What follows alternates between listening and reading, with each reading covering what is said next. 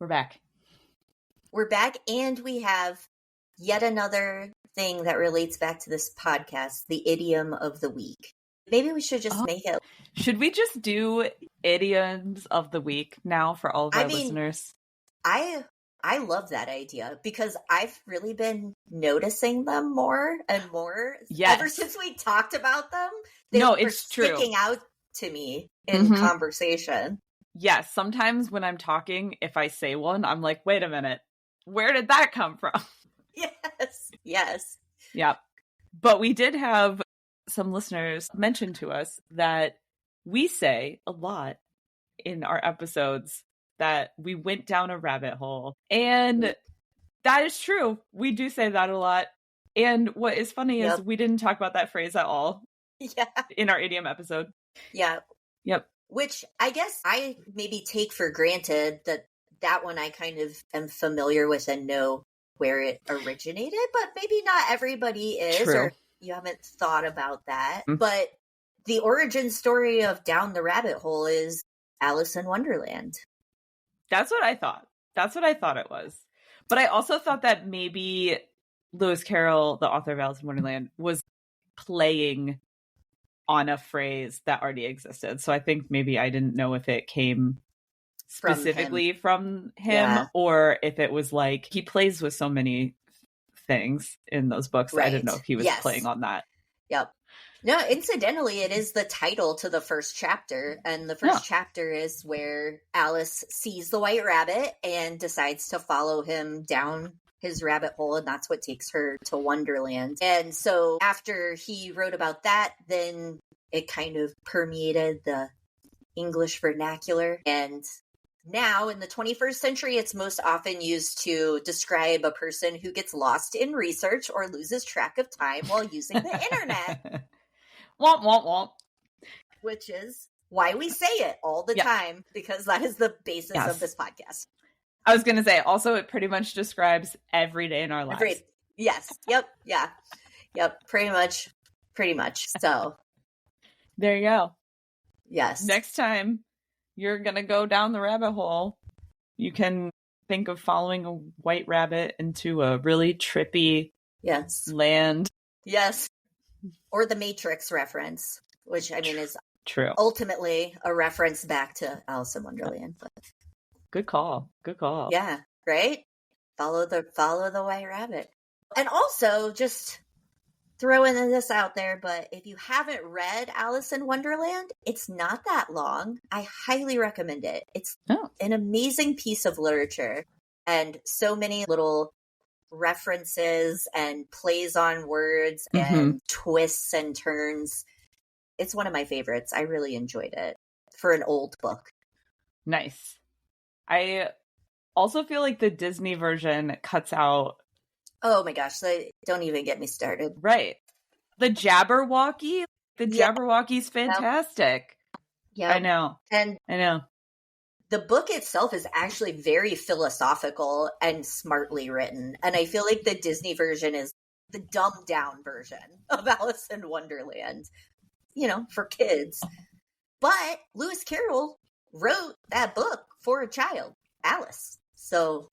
And if you want to have a twist, I actually recommend the book Heartless by Marissa Meyer, which is a story about how the Queen of Hearts becomes the Queen of Hearts. Ooh, okay. I like that. I love a little postmodernism in my literature. It's pretty good. Yeah. And then it gets depressing, but it's also good. Yeah. Because she becomes the Queen of Hearts.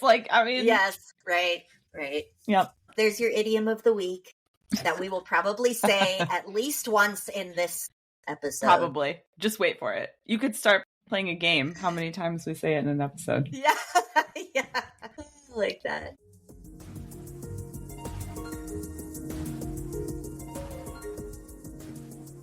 I'm Katie. And I'm Emily. We're two long-distance best friends with a passion for learning about all the things that make everyday life interesting. With my PhD in geography and my master's in library science, doing deep dives on topics is our idea of a fun time together. We'll share our findings with you on Researching the Obvious. So today's episode, the world is our oyster, and we're focusing on oysters. Yes. And this topic was not one of the initial topics I don't think that we thought of, but it is something that I know I personally have done weird amounts of research on. Yes. Which is why it's also something that we've talked about several times before this. So oysters entered my consciousness when you started doing all of your research. Yes. And the thing that spurred my oyster research was honestly moving to Baltimore. Yeah.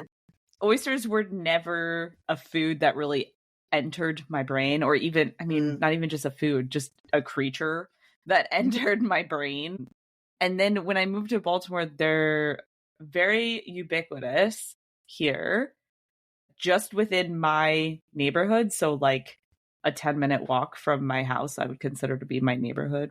Just within my neighborhood, we have 3 oyster restaurants that I can walk to. Plus also occasionally they'll have what they call buck-a-shuck, which is basically people that bring a giant pail of oysters or whatever and set up a little table, maybe outside of a bar or in a corner of a restaurant or something like that. And you would just pay $1 per oyster for him to shuck you some. Nice. So that's also common. And it just wasn't something that I thought about until I lived here and saw it on the daily. Yeah. That I started thinking, like, what is the deal with these and why are they everywhere? And then I went to this museum in Baltimore called the Museum of Industry, the Baltimore Museum of Industry. And there's an entire exhibit in this museum dedicated to the oyster industry. And I was like, time out. What is all of this oyster stuff? I'm so just not familiar with this at all. And yeah, so it really just sent me on a path of exploring everything there is to know about oysters. Yes. Well, and then you also, as a vegetarian, decided to start eating them. So I remember having that discussion with you too, because then when we come and visit you, I was very excited to eat oysters with you, because even though we live in a landlocked state, we enjoy oysters. And then if we're not somewhere that's landlocked, we like to partake of the local seafood. And yes, oysters are such a big thing in Baltimore. We really looked forward to that.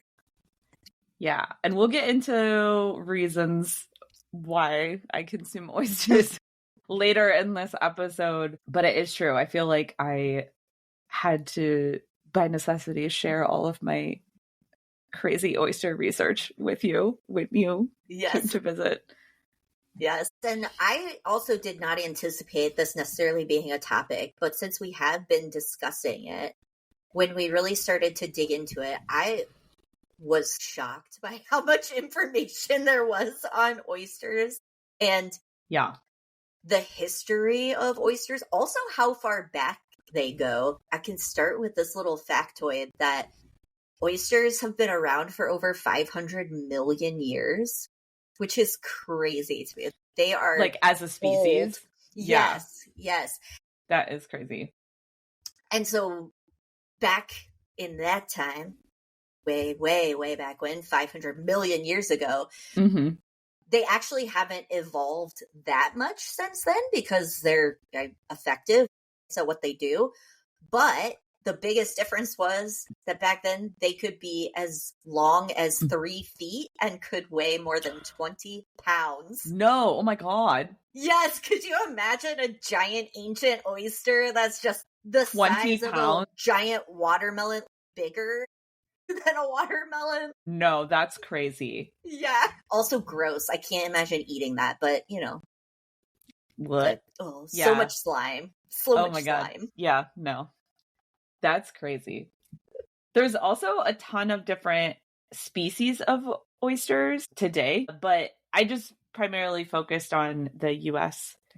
oyster industry. And so in the United States, we have 2 major species of oysters. We have the Crassostrea virginica, which is the Atlantic oyster or the Eastern oyster. And then we have the Crassostrea gigas, and that is the Pacific oyster. So the eastern oyster is going to be the one that you find all throughout the Chesapeake Bay, Gulf of Mexico, all the way up into New England and that's Nova all the same Scotia. species? Yep.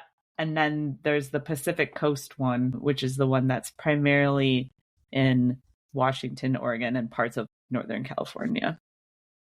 Okay. Wow. So there's only 2 primary species of oysters in the US. And you might be thinking to yourself, that's crazy, because when I go to get oysters, it feels like there's all these different types with different names. And we'll talk about this later, but that just has to do with where they're geographically harvested from. But the species of oyster is the same. Okay.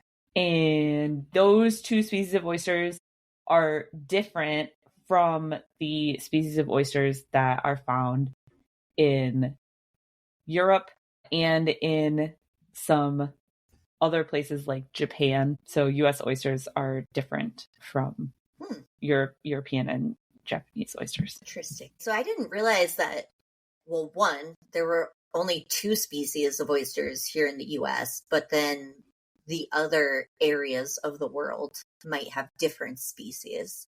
Mm-hmm. I did read a little bit as I was looking about how far back oysters go, that oysters were considered a delicacy for the Greek and Roman empires, but they were mostly eaten by the upper class since they were a delicacy. Mm-hmm. And the Greeks were the first to actively cultivate oysters. So they would do that by dropping pieces of pottery into the ocean where oysters would grow, wait for them to attach, and then they'd go back and get the pieces of pottery and transplant them to other locations so that they could then harvest them. So I thought that was really interesting, that like that's how long people have been cultivating oysters, even intentionally growing them to eat. Yeah. And also, you might be familiar with that image of Aphrodite sitting or standing in a shell. That's an oyster shell, which I didn't know that either. Her myth is that she was born from sea foam and in an oyster. Is that why we think that oysters are aphrodisiacs, even though that's not a proven thing?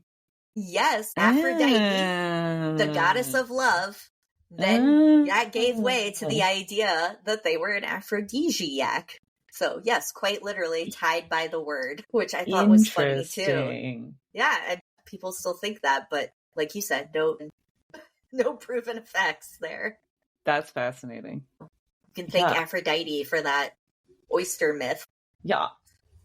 I would say too, in the US, that oysters were also a wealthy class food until maybe the mid 1800s, which we'll talk about that. But prior to that, they were mostly eaten by wealthy people unless you lived in an area in which they were very abundant, because then they were just there.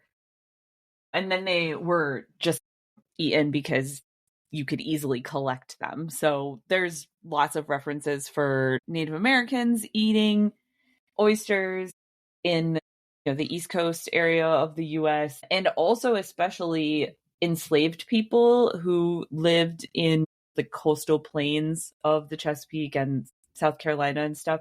They would often collect oysters in order to supplement the protein in their diets, because they were given such shitty diets as enslaved people that they would collect oysters and use them as a supplemental easy protein for their diets for a long time. So they were sort of like a high class food, but yet at the same time, if you lived in an area where oysters were abundant, then they were a food for literally everyone.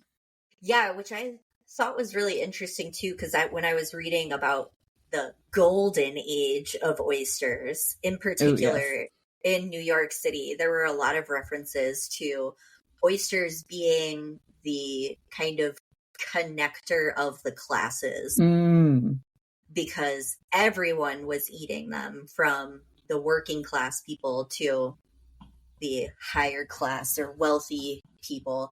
And there were, in fact, some pictures, like some drawings of some of the New York City markets, which were kind of interesting because they pointed out that the markets were one place where you would see those upper class and lower class people come together for things like oysters. So a market was an acceptable place for both wealthy class and lower class people to be, and oysters were one of the main draws of those markets. Oh, that's fascinating. Yeah, and women too. Women were allowed to be at the market. So it was also a big deal for that reason. Interesting. Well, before we dive into the golden age of oysters, which I feel like is a fascinating topic that I'm excited to share with everyone, maybe we should talk a little bit about how oysters are grown. Yes. Yeah. And what is an oyster? I was very confused. I was like, I don't understand these things. So I looked it up. So I'll talk a little bit about how they're naturally grown and then how they're harvested today. But in the wild, essentially, there's male oysters and female oysters. And the female oysters will shoot out a bunch of eggs, and the male oysters will shoot out a bunch of sperm that will fertilize the eggs. And then what happens is those fertilized eggs turn into larvae, essentially, that just sort of float around in the water. Okay. All right. And those are called the oyster splats. So these splats just are floating around in the water being larvae. Okay. Until they're able to latch onto something. And then once one of those larvae latches onto something, then it sticks there, and that's where it stays its whole life. And then that's when it starts building its shell around itself. Okay. Oh, wow. Right? So it's able to create its own shell. Yes. Like a clam or like a mollusk. Anything else, right? Yeah. So yeah, it's in the same kind of category as other, they're called bivalves because they have a bottom shell and a top shell and it hinges. Yep. And so once it latches on, it stays there and then builds its shell around itself and just lives there forever, essentially, until it dies or until we take it off of until we come to steal it and eat it. Right. But so they don't move. So unlike some other more developed, I would say, bivalves, and I mean developed in terms of more complex species, like a clam or a scallop, oysters don't move. They're the same as mussels, where they just latch onto something and then that's where they live forever, versus clams have their little foot thing that can allow them to move around the ocean floor. So they'll latch on and stick there, and usually it's like onto a rock or something else. Today, when we're harvesting oysters the same way that Greeks and Romans were doing it too, in some cases, essentially what we're doing is just in a tank, we're combining the male oysters and the female oysters and creating that whole tank of splats, oyster splats, and then we're putting those splats into an area that already has a ton of things for the splats to latch onto. So that's a great idea that the Greeks and Romans were using pottery. Yep. Today, what a lot of oyster farms use is old oyster shells. So they'll take the old oyster shells and usually ground them up a little bit and then put them back into the farm area, and then the splats will just latch on because they'll already have things to latch onto. So the likelihood of all of them surviving increases because they have things to latch onto. Gotcha. Reduce, reuse, recycle. Yeah. So they'll just latch onto those, and then it depends on the farm. Some farms contain them in cages or bags or something else that makes it a lot easier for them to just pull it out to harvest them. Maybe pieces of rope. You've probably seen mussels on a piece of those. Rope. Yep. Right. So they'll often put them in some sort of container to allow the splats to latch onto that just to make it easier to take them out. Back in, I would say, before the 1900s, we weren't necessarily caging them up. We were collecting them off of rocks or off of the bottom of the ocean floor. Mm-hmm. And there were essentially two major ways that we did that. One was with these giant wooden tongs. Yes, I read about those. Yeah, they were basically like giant wooden salad tongs. And so people would stand in a shallow boat. Originally, these would have been like hollowed canoes. In the late 1800s in Maryland, the skipjack boat was invented. And that's just a very thin, shallow boat. And so people would be able to easily stand in it and hold these giant tongs and lift the oysters up from the bottom. The other way that people would harvest is by raking.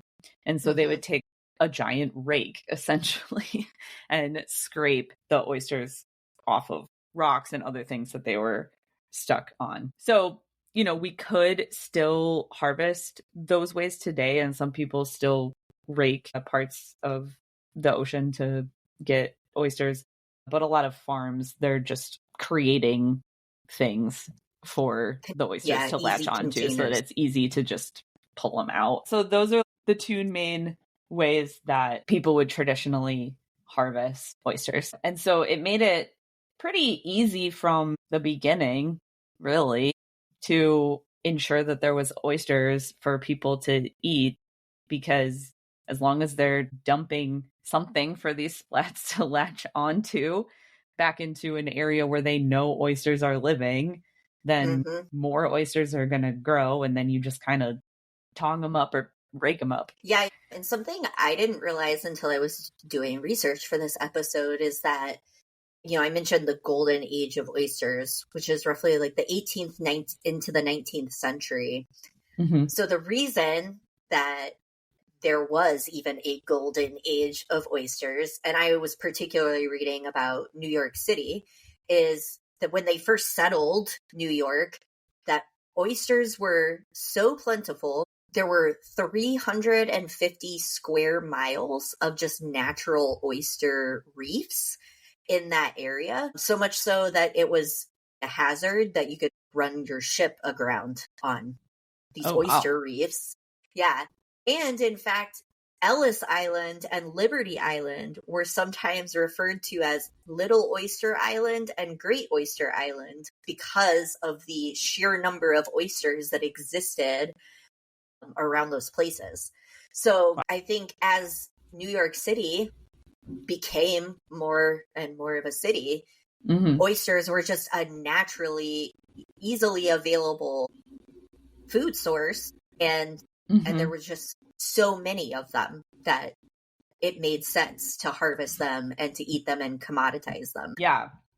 I was reading too that one of the reasons why oysters started becoming such a popular food source in this golden age, because I was saying earlier that prior to like 1850, it was wealthy people that were eating these, or people that lived in the area.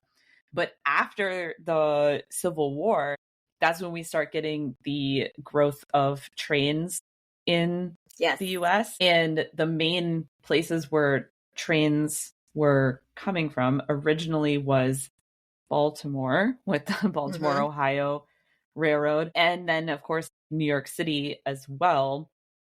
And so all of a sudden you had this super abundant food source that existed on the coast, and also a way to fairly quickly ship it across the US. And so the oyster industry grew tremendously. I was reading that it peaked between the years of 1880 and 1910. That's what we're talking about, this golden age of oysters. And we were producing in the US 160 million pounds of oysters per year. Yeah, that's crazy. Yeah. And the oyster industry employed more than 52,000 people. That's crazy too. I know, especially when you consider the population size of the US at that time. Yeah. 52,000 people in this industry. Those big business. Mm-hmm. And so it became a really cheap protein source, essentially, because there were just so many and they could get them to people a lot quicker.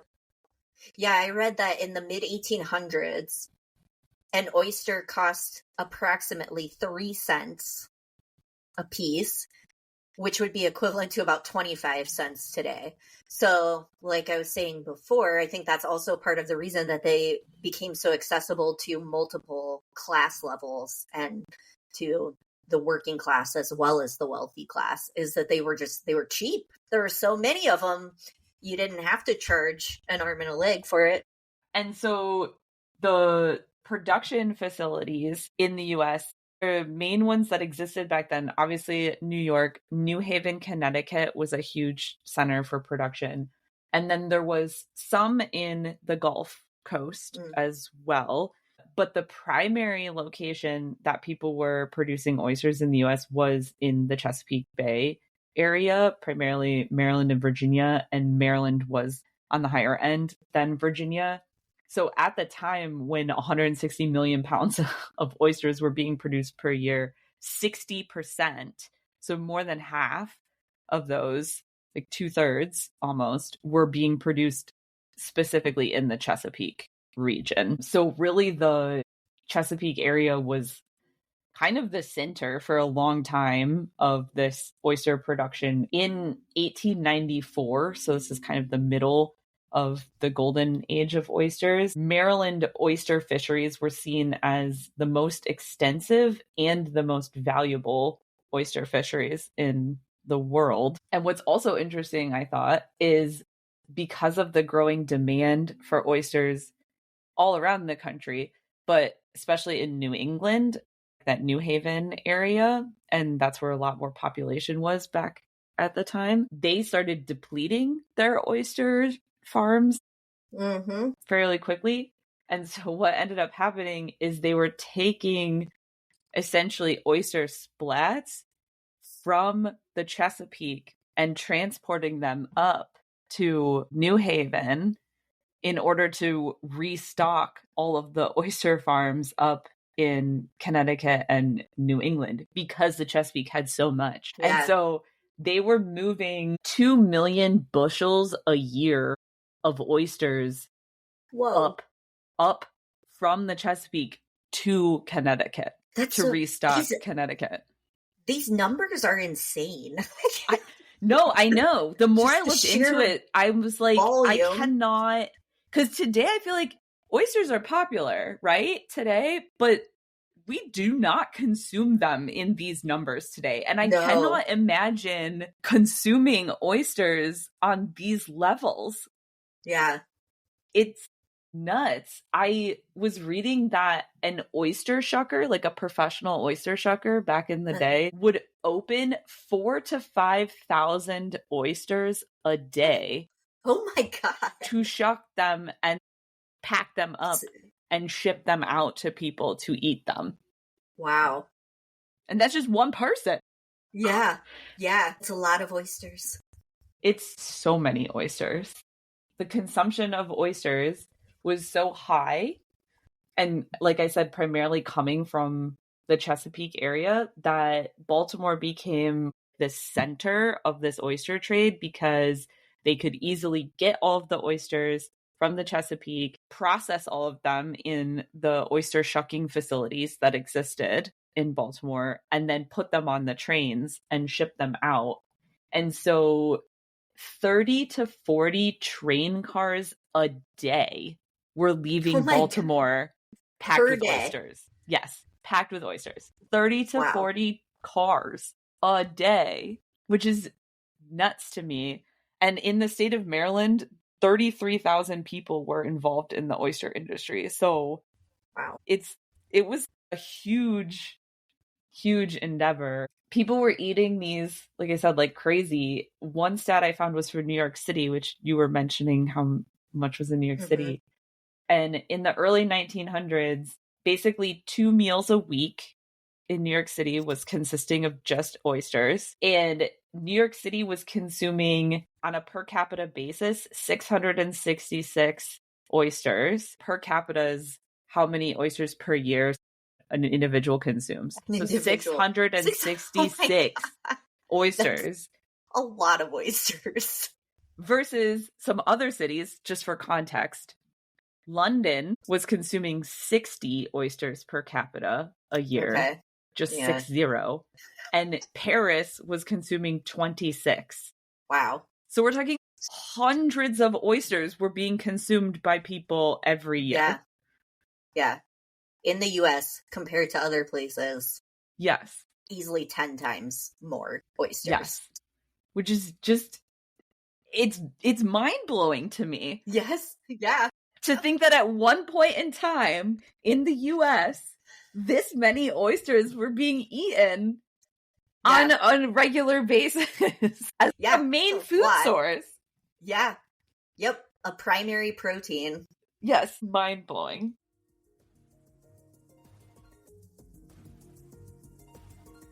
Hey, Katie, remember that time that we wanted to start a podcast based on all of our random research conversations? Yeah, and we had no idea what we were doing or how we would even make a podcast. Yeah, that's the time.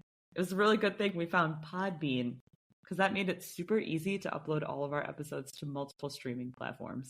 Podbean is a really simple platform for hosting and publishing your podcast. So, if you and your best friend are having random conversations that you think should be a podcast, check out Podbean. And if you do, use our link to get a month free. Podbean.com/obvious. That's PODBEAN.com/obvious.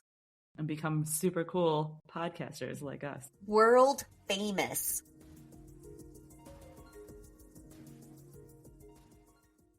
I just had no idea that the people were eating that many oysters, that there were so many oysters. And then something else that really piqued my interest is, if you remember from our restaurant episode, when we were talking about beginnings of restaurants in New York City, one type of establishment that preceded most other types of restaurants and could arguably be considered kind of the first restaurants in New York City, other than eating at a tavern or a hotel type situation, would be oyster cellars. So oyster cellars were extremely popular. They were also called oyster bars, oyster saloons, or oyster houses. They're often referred to as oyster cellars because they would set up in the basement or cellar area of a building, mostly because it was cooler and easier to keep them on ice. And these were sometimes also referred to as quote unquote dives, presumably because you might have to dive down the stairs kind of situation. Out. Is that where we get dive bar from? That's, I mean, it's one of the things that I read. It's at least one possible origin. So yeah. Okay. Oysters, all because of oysters. And oyster cellars were a really big fixture in New York City. I mean, other major cities of that time too, Boston, Philadelphia, but New York City was one of the big centers for this. And the first oyster cellar opened in New York City on Broad Street in 1763. So this is even far before this golden age of oysters that we're talking about. That cities like New York and Baltimore and Philadelphia, they had access to the oysters, so people who lived there were consuming them on a regular basis. And then obviously, like we talked about with the golden age of oysters, then it starts to infiltrate into other areas of the country as well. But yeah, so oyster cellars have been around for a long time. They were also sold as street food from just carts in the street. So there'd be someone with a cart of oysters just selling them. They became really popular with the working class who was looking for a quick lunchtime meal. Or, you know, just something to eat before they had to go back to work. But they were equally as popular with businessmen and upper class people who were looking for something to eat too. And the oyster cellars really reflected that. Some of them were really divey, as they say. And others were more upscale and more reputable. And in fact, some of the oyster cellars, or oyster saloons, I should say, because most of these places served alcohol with the oysters because it was just an easy pairing to make, right? But some of them that were the most divey, indicated it was an oyster cellar by the use of a red lantern or a red balloon, which was also a indicator of a brothel. And so some of these oyster cellars would be selling oysters and alcohol, and might be sex, a house of ill repute as well. I mean, you get that aphrodisiac Aphrodite. Playing the fact that they're supposedly an aphrodisiac or whatever, but also just that because they existed in many parts of the city, right? They existed in wealthier areas, but they also existed in like 5 Points, which was kind of the lowest class and the rough part of New York City at the time. But there were oyster cellars there too. So it just depended on kind of like what part of town you were in and what the establishment was like and how fancy or reputable. Huge span of what an oyster cellar could be. Interesting. Right? So I thought that was really interesting. Yeah. And also was reading that a lot of these oyster cellars were owned and operated by African Americans. And in particular, there was a famous man who his oyster cellar was one of the most successful in New York City. His name was Thomas Downing. He was born free, but his parents were former slaves. And he did several different things in his early life, but eventually he opened up this oyster cellar in New York City on Broad Street in a basement apartment. And the way that he made it so successful was he would go out super early in the morning and actually row out to the oyster skiffs and talk to the captains and negotiate to be able to pick out the best oysters that they had harvested. Then the captains would bring in the oysters to the harbor, and he would be at the oyster market and he would bid against other people not to buy the oysters, but to just drive the price up for the captains. Oh my God. So he kind of had this nice little symbiotic relationship with the captains where like they gave him their best oysters and then he helped them drive the prices up. And then he could undersell his because he had got them cheaper. Yes. Man, what a sneaky. And he could also advertise that he had supposedly the best quality oysters, the biggest ones, whatever you want to say. So yeah, he was real smart about that. And then he also would invite those captains to his oyster cellar. So to stay on their good side, he'd be like, hey, come and eat at my oyster cellar. Nice. Have some of your catch. Smart man right there. Yeah. So his oyster cellar was also very upscale, and it became a very popular place for businessmen to come and eat oysters and discuss business. He also was one of the first people to allow women and children in his oyster cellars. So typically oyster cellars were targeted towards men and really only frequented by men. I mean, hence the brothel affiliation as well. But yeah, so he actually was very innovative at that time in saying that women and children could come as long as they were accompanied by their husband / father, right? They couldn't not by themselves. We don't want to get too crazy. That's crazy. Yeah. Don't want to get too crazy there. But yeah, the fact that he allowed them in was actually also unusual for those establishments. So he became known for several reasons. And when he died one of the wealthiest men in New York from his oyster cellar business. That's crazy. Oh my gosh. I feel like, do you watch the show The Gilded Age? Because I feel like they need to have this man in the Gilded Age show. Holy cow. Agreed. I was thinking the same thing. And amazing. And then also another little piece of history for his oyster cellar, but during the Civil War, it was also an underground railroad stop. So he would hide fleeing slaves who were on their way to Canada or other parts of the country in his oyster cellar, in his storerooms. So he's a very active abolitionist. Yeah, so I thought that was really a really neat little piece of restaurant history for you, the oyster cellar, especially oyster saloon.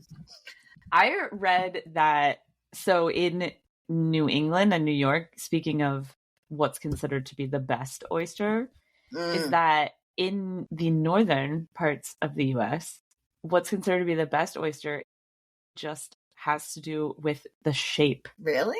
Yes. Why? Because What?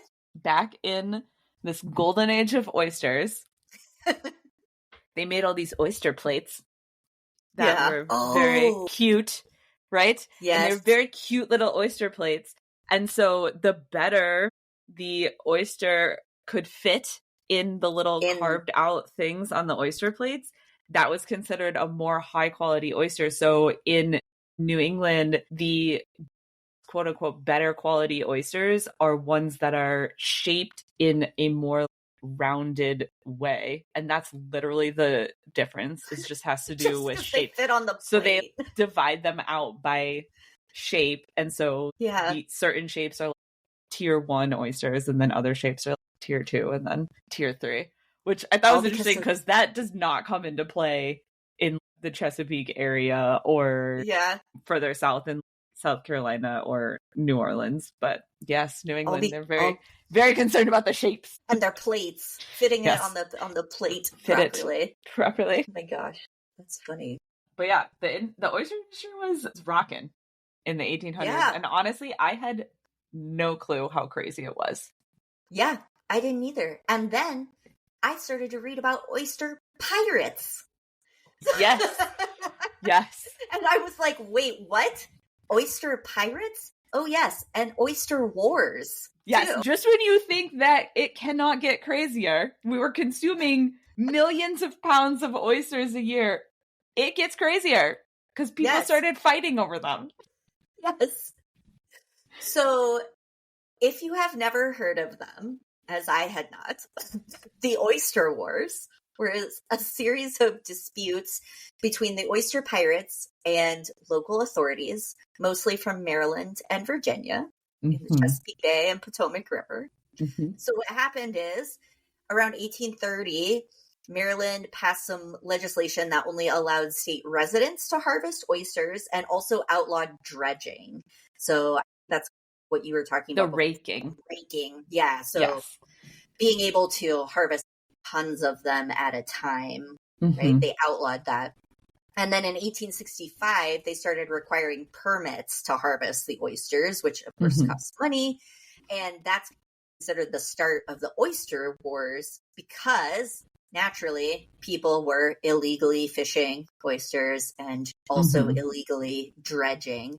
Yes. And then also, as you mentioned before, fishermen from New England started encroaching into the Chesapeake Bay to try to take oysters because their source was running out, which then caused sometimes violent clashes with the local fishermen or the local authorities. So the oyster pirates would be anybody who is illegally fishing the oysters. And in 1868, Maryland founded the Oyster Police Force, aka the Oyster Navy, which was responsible for enforcing the oyster laws. But that actually just kind of increased the whole oyster war scenario. Yeah, because then it was like the pirates were fighting the oyster police.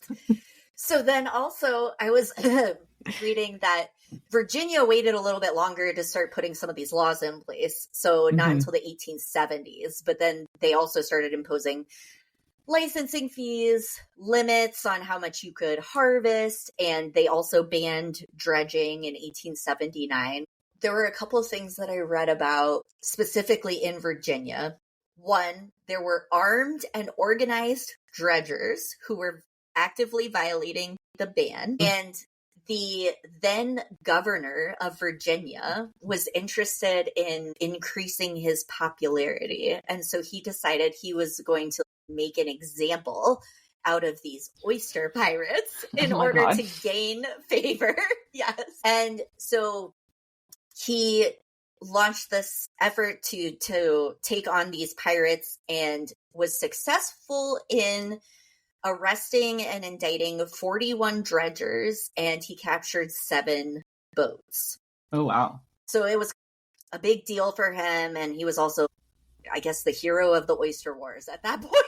Not long after, dredgers return. Okay, so people keep on doing it. And so he decides he's going to go after them again, but then he failed miserably, which also lost him a lot of political favor. Couldn't do a repeat. Right? So he did capture some of the pirates, but none of them were successfully indicted. They were released. And then the other thing that was like, oh my gosh, I was like chef's kiss to this. There was, in particular, a ship called the Dancing Molly that successfully outran him and evaded capture, and it was run by 3 women. That's right. That's 3 women oyster pirates, and they amazing. Outran him and escaped the governor, and the press latched onto that and really had a heyday. That's the real reason why he failed. He got outrun by 3 women pirates. That's right. Yep. In 65. Yes. So, yeah, on the Dancing Molly. Amazing. That was my favorite Oyster War story. Fantastic. And also was shocked to learn that the Oyster Wars weren't really considered over until roughly 1959. Because illegal dredging was and still conflicts with people over that illegal dredging continued on until that time. That's crazy. It's a long ass war. Yes. That no one talks about. The oyster police are definitely embedded into the history of the Chesapeake, though, and contemporary culture as well. I will share with the audience that I'm currently wearing a t-shirt that is an Oyster Police t-shirt that I obtained during a fundraiser for oyster and Chesapeake recovery, environmental recovery. Oh my gosh. So the Oyster Police are alive and well in the Chesapeake area. I love it. As a mythos. So actually, it's not that there are no Oyster Police anymore, but Maryland has now a Maryland Natural Resources Police, which came out of the Oyster Police. And so they evolved. Yes, the Oyster Police evolved into the Natural Resources Police that still exists in Maryland. Okay. All right. Yeah. All from the Oyster Wars. From the Oyster Wars. I mean, I can't believe they don't cover this in my history class in high school. Like, I mean, I feel like a full war. And also considering the fact that this was a major industry in the US. Yeah. Feels like this should have been brought up. It's crazy. And now I need to name something after the Dancing Molly. Absolutely. That's fantastic. For sure. This golden age of oysters was nuts, basically. So what ended up happening is actually kind of a bummer, to be honest. I felt like I was really bummed out about why all of this oyster consumption declined so much. Why we're not seeing this right now. Here's the want part. Yeah. Because I was like, if this was a main food source for people, what the heck happened? And basically what happened was a combination of several factors. One, the Food and Drug Administration happened. We talked a little bit about this in our condiment episode, but basically the Food and Drug Administration during the early 1900s, they passed some new health and safety acts for food consumption, which I'm not going to say we didn't need it. They're such party poopers, though. I know. We obviously needed it. I mean, don't read The Jungle and tell me that we didn't need it. But so one of the industries that they cracked down on, in addition to several meat producing industries, was the oyster industry. And probably because it was so huge, right? Yeah. People were consuming so much that they wanted to make sure that it was going to be safe. And in fairness, you can occasionally get a bad oyster that could make you sick. So they really cracked down on the oyster industry and introduced completely new health guidelines in order to make oyster consumption safer. Unfortunately, journalists sort of latched on to the health and safety concerns with the oyster industry and ran really far with oyster consumption being unsafe. They started linking basically every instance of typhoid fever outbreak to consuming oysters. Why you gotta ruin it for everyone? Right. And I'm not saying that maybe there wasn't some cases of typhoid that came from an oyster, but basically every time there was a typhoid outbreak, they would ask people if they had consumed an oyster, and then automatically were Which like, they probably the had typhoid was because from oysters. everyone was eating oysters all the time. Well, right. I mean, yeah. So they basically just started assuming that all instances of typhoid were from oyster consumption. And therefore, the oyster industry was so far, gone that they couldn't clean it up fast enough. And so people started not consuming oysters as much. 1907 is largely seen as Virginia's last big year of oyster harvesting, because the next year there was a big pollution scare. And so the water quality didn't meet these new guidelines that were put in place by the Food and Drug Administration. And so essentially the next year, none of the oysters were able to be harvested because they didn't meet these new guidelines. And so you go an entire year without being able to literally do anything. And it basically decimated the whole oyster industry in Virginia. I read something similar for New York City too, that New York City was basically just dumping their wastewater into the harbor on a regular basis. And so the pollution reached a point where they felt it was no longer safe to eat those oysters around that same time too. Yeah. And I mean, that's also fair, right? We had a lot more industrial runoff that was happening during this time frame, also tied to the railroads and other things like this that spurred the oyster production in the first place. And similar situation in Baltimore and other places in the Chesapeake because of the industry that existed here. There was pushback from the oyster industry.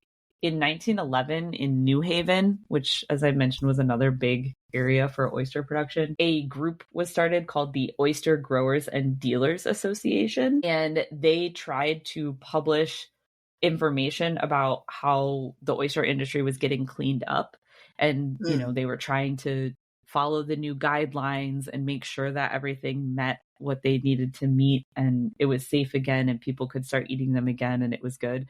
But by that point, basically the damage had been done by the press. And so anything they published, people were like, no, thank you. Yeah. And the other thing that started happening too was that people started switching to consuming beef as their main protein source because of the growth of the Kansas City stockyards and again, the railroad industry growing that direction too. Yep. So people didn't need to consume oysters, I guess, because they could eat cows. Millions of pounds. So essentially, it just kind of died. Then we had Prohibition starting in the 1920s. And like you were saying before, a lot of oyster cellars were also bars where they were consuming alcohol. And so all of a sudden, people weren't going to those places because they weren't allowed to be selling alcohol. And so a lot of those went out of business during that time frame as well. And then to make matters worse, in the 1950s, there was an outbreak of a new oyster disease that happened in the Chesapeake. And the Chesapeake was still considered at that point the most productive oyster region in the country. But that oyster disease essentially decimated the Chesapeake oyster population. And so it just further crushed the entire Chesapeake region. It's a bummer. It's a bummer. Sad. I know. So it was like we went from this crazy consumption of oysters to like none. Yes. And thus the golden age of oysters ended. Yeah. And basically also that's why oyster plates, fun fact I read, pretty much all oyster plates and like dishes come from this golden age era. And that's why they're highly valued as like collector's items. Interesting. Okay, I'll have to remember that next time I'm in an antique store. See an oyster plate. Yeah, take a look for an oyster plate. So some facts about the oyster industry today. Today, the Gulf Coast is one of the larger oyster production regions. They produce about 7.8 million pounds of oysters. And then the Atlantic states as a whole, so that's a lot of states we're including in the Atlantic states as a whole, they produce 8.9 million pounds. Okay, pause. Because let's just recall that between Yes. 1880 and 1910, they were 160 million pounds of oyster. Like, right. It's just, I just want to draw attention difference. to that gap. Yeah, yes. that gap there. Right. That's what I'm Holy saying. crap. Like, yeah, and then the Pacific region produces 4.5 million pounds. Okay. And that was all the numbers for 2023. So in 2023, we're looking at what? 21 million pounds of oysters being Total. Produced in the US versus in the 1880s, 160 million per year. Yeah.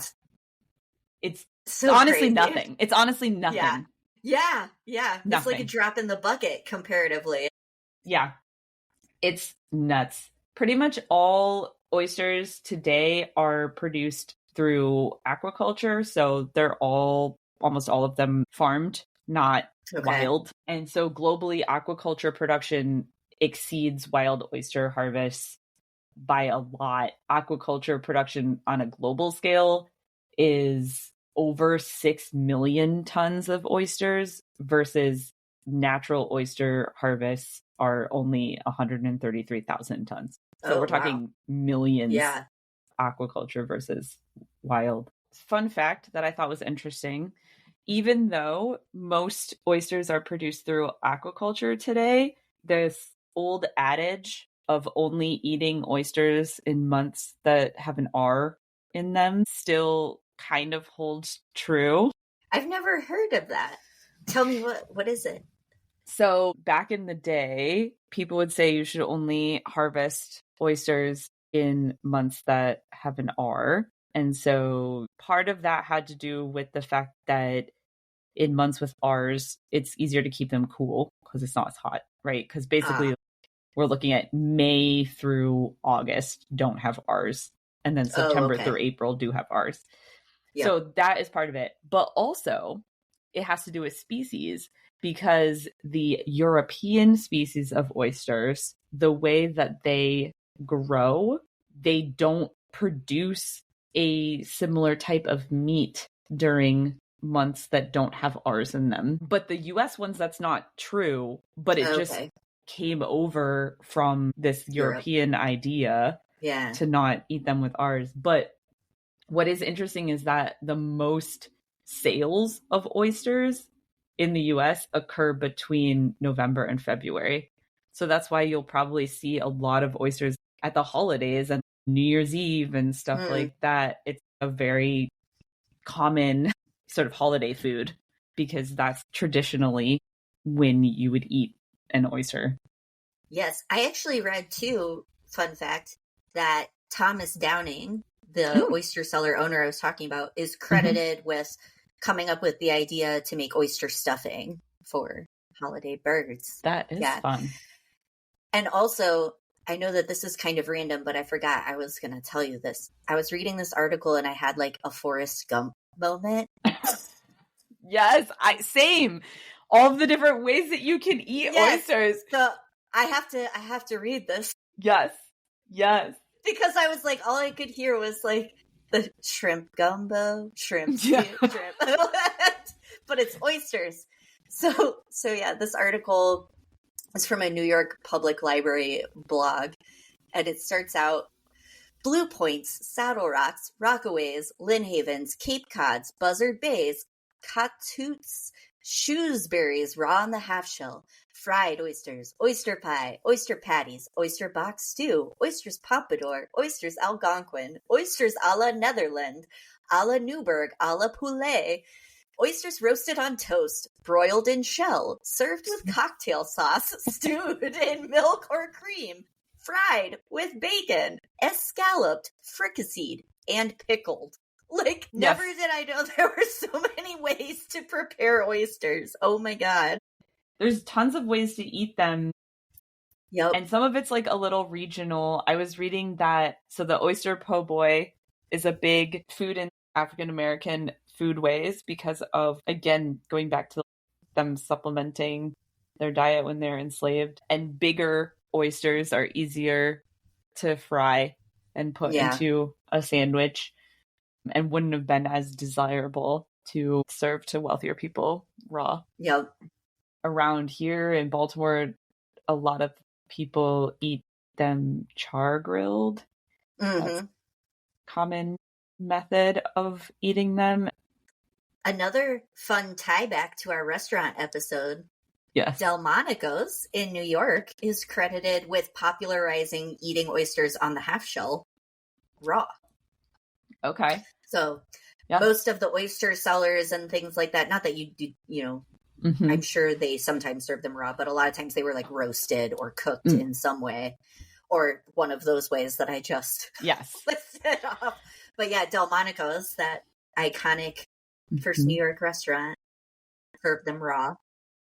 Antoine's in New Orleans, which is also one of the oldest restaurants in the US, they are the ones that invented Oysters Rockefeller. Oh, interesting. Yes. But the other thing I think is really interesting is because oysters are found throughout the eastern US and in the South, there's not only a lot of different ways to prepare them, there's also different methods of opening them that involve different types of oyster knives and, you know, preferred methods. I'm not going to get into all the different oyster knives because it's kind of hard to explain some of them, but basically you can get knives that have longer or shorter blades, longer or shorter handles. Sometimes the handles will be like pear-shaped, whereas other handles will be more of like a bulb that you would hold onto.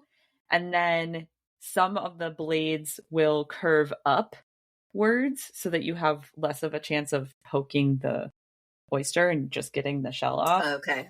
And some blades are better to use to open them from the side of the oyster, whereas some are better for opening from the front of the oyster. So every shucker is going to have their preferred method of opening and also their preferred blade type and handle type and way of opening them too. Oyster culture. Who knew? Who knew? And then the other interesting thing about oysters, because of them being grown all over the place, is they have different flavors. So while there are only 2 species of oysters in the US, you might be thinking, okay, but they don't all taste the same if you've eaten them. And that has to do with the locations that they're grown. So you might be familiar with drinking wine and how when people are drinking wine, they talk about the terroir of wine and how different grapes have different flavor based on the type of soil that they're grown in and the location that they're grown and how much sun they get and that sort of thing. The same is actually true for oysters. They call this the merroir of oysters because it has to do with maritime terroir, essentially. And so if oysters are grown in colder water versus warmer water, if they're grown in water that has a higher salinity content, like salt content, versus water that has a lower salt content, all of those will have an effect on how the oyster grows and also their size and their flavor. So I don't know what kind of oysters you prefer, but the kind of oyster I prefer is usually grown not directly on the coast, but usually higher up in the tributaries. So it has less salinity and it tends to be a little bit sweeter. And I personally think tastes more like a white button mushroom or something like that than interesting. Yeah, I prefer the ocean. I guess I don't know how this translates to where they're grown, but I typically like oysters that are smaller in size and they also tend to be sweeter. I don't mind salinity. It's mostly the size. I don't like the big honkers. So I would say, like, if you've only had an oyster that tastes like the ocean, look around for different types of oysters, and especially ones that maybe aren't grown on the coast, that are maybe grown up in like a tributary, because they won't have that same oceany salinity flavor as much as ones that are grown further up. So I think one of the things that is the most interesting to me about eating raw oysters is the different flavors that you'll get based on the geographic location that they're grown. Which brings me, of course, to why I eat oysters. Yes. Please explain as the resident vegetarian. Yes. If you are curious, there is actually a large debate within the vegan community on whether or not people should eat oysters. There is a subset of vegans that eat oysters called oyster vegans, essentially. So there are like quite a few that eat them. Basically, it comes back to an ethical debate. So I won't get into like the ethics of veganism. People can think what they want. I'm not trying to sway anyone one way or another. But essentially, what it boils down to is when you look at the complexity of an oyster as a being, they are not complex creatures. Like less so than plants, right? Basically, oysters do not have a central nervous system and they do not have a brain. And so because they don't have that, they cannot form thoughts and they cannot feel pain. So for some vegans, the reason why they become vegan is because they don't want to cause harm. And what that boils down to is whether or not a thing is sentient enough to be able to know that harm is being caused to it. And so therefore an oyster, if you follow along that logic, not having a nervous system or a brain, is incapable of knowing that they are being caused harm. And they also point to the fact that an oyster, when it plants onto a rock or whatever, it literally is stuck there their whole life. So there's no way in their mind that the oyster would know if it is being killed, if it can't flee or do anything at all to prevent that from happening to them, right? Whereas a clam could move away if something is happening to it. And then it gets into a lot of other things too. Like if we're looking at the nutrition of an oyster, they're very nutrient dense. They're a really low calorie source of protein. They are also a really good source of vitamin B12, iron, omega-3s, vitamin D, zinc, and selenium. They also are much lower in trace amounts of mercury than any other type of seafood. So they're very healthy and good for you to eat. The other thing that a lot of vegans care about is the farming culture. So oysters, because pretty much every oyster is produced through aquaculture in the world, it's a very sustainable food because they are essentially just taking these splats and putting them in the water, and then they're just existing in the water until they're big enough. We're not producing any other type of food source for them. Pigs, you have to produce corn in order to feed them, things like that. Like we're not doing that with oysters. We're literally just putting them there. They also have a really low carbon footprint, so they don't take any carbon. They don't impact the environment. Right. They're a non-invasive species. Well, and not only do they not impact the environment, they actually restore the environment. So a big thing that's going on right now, especially in some of these places that were very heavily affected by industrial runoff, like the Chesapeake Bay, like parts of New York City, Rhode Island, is they have these oyster recovery projects. And so what these projects do is they literally take these oyster splats and they put some of them in a farm for people to eat, and they put some of them into these polluted areas literally to clean up the water. So the irony of all of this stopping of oyster production back in the 1900s because the water was too polluted is that if they had just put oysters back in there, they would have helped to resolve the pollution that was happening in the water. So cultivating more oysters not only doesn't harm the environment or have any kind of negative carbon impact or anything like that, it actually improves what we have done to the environment. And so if you think about the ethical production of food sources, they're one of the best ones to be producing. And then the last thing that gets to vegans is because of the stance of vegans to do no harm, they think about things like when you are harvesting plants, how many secondary deaths are you causing in plant harvesting production?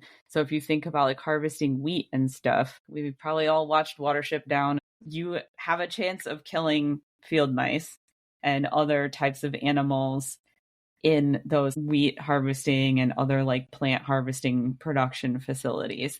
So those would be known as secondary deaths. So how many deaths are you causing through that sort of production? With oysters, you're literally causing none. Yeah. There's no secondary deaths involved. These oysters are just living on a rope or whatever in some water, eating algae, and then you're pulling them out. Yep. So, you know, we can debate that. I mean, I'm not going to. It is definitely a huge debate in the vegan community for sure. I'll link an article in our show notes if you want to read more about it. But in terms of a protein source that is sustainable, ethical, good for the environment, you're not going to find something that's probably better than an oyster. Right. The case for oysters. So, I don't know. Am I saying that we should go back to the golden age? Yes, I was just going to say, we need an oyster renaissance. Yeah, we do. I mean, I think that there are groups out there, I know especially in the Chesapeake with the Oyster Recovery Project and the Chesapeake Bay Alliance and things like that, there are groups that are really trying to reinvigorate the oyster population. So I know that it is on the table. Whether or not that will grow into a huge food industry, I don't know. Maybe our palates have changed too much as a society to go back to consuming that many oysters. But oysters are kind of a divisive food now. Like some people are like, ew, gross, I would never that. And then some people like love them and eat a ton of them. There's so many ways to prepare them, though. Right? I mean, how many ways have you tried? Do I need to go over the list again? Yeah, but this was a fun rabbit hole to go down, I feel. It was. Because there it is. There's the reference. I was honestly shocked at the sheer volume of harvesting and consumption of oysters. Me too. Yep. And an entire oyster war situation that I had no clue was going on. An oyster navy. And also just to finish with another little idiom fact. Ooh. You said the world is your oyster at the beginning. Oh, yes. The world is our oyster. Yeah, that's actually a saying that was created by Shakespeare. Yeah, I didn't know that was a Shakespeare writing. I didn't either. Is it like a all the world's a stage sort of thing that he did that too? Yeah, well, yeah. And the idea too was that a nice fresh oyster could be hard to open, but once opened, it's good and maybe even has a pearl in it. So fun. The world is your oyster. Shakespeare strikes again. And idioms all day, every day. All day, every day. Yeah. We got two idioms of the week in this episode. Yes, I know. Probably more when we listen back to it, too. Probably. We probably said other things as well.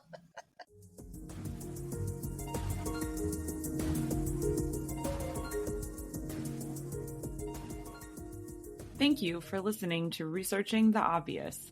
To learn more fun facts about everything that we're researching, follow us on Instagram at Researching the Obvious Pod, all one word. You can also follow us on Spotify, Amazon Music, or wherever you get your podcasts. If you know someone that you think would enjoy listening to all of our findings, please feel free to share or give us a review. Researching the Obvious is written, produced, edited, and hosted by Emily Fekete and Katie Nakanishi. Tune in next time to hear more obvious facts.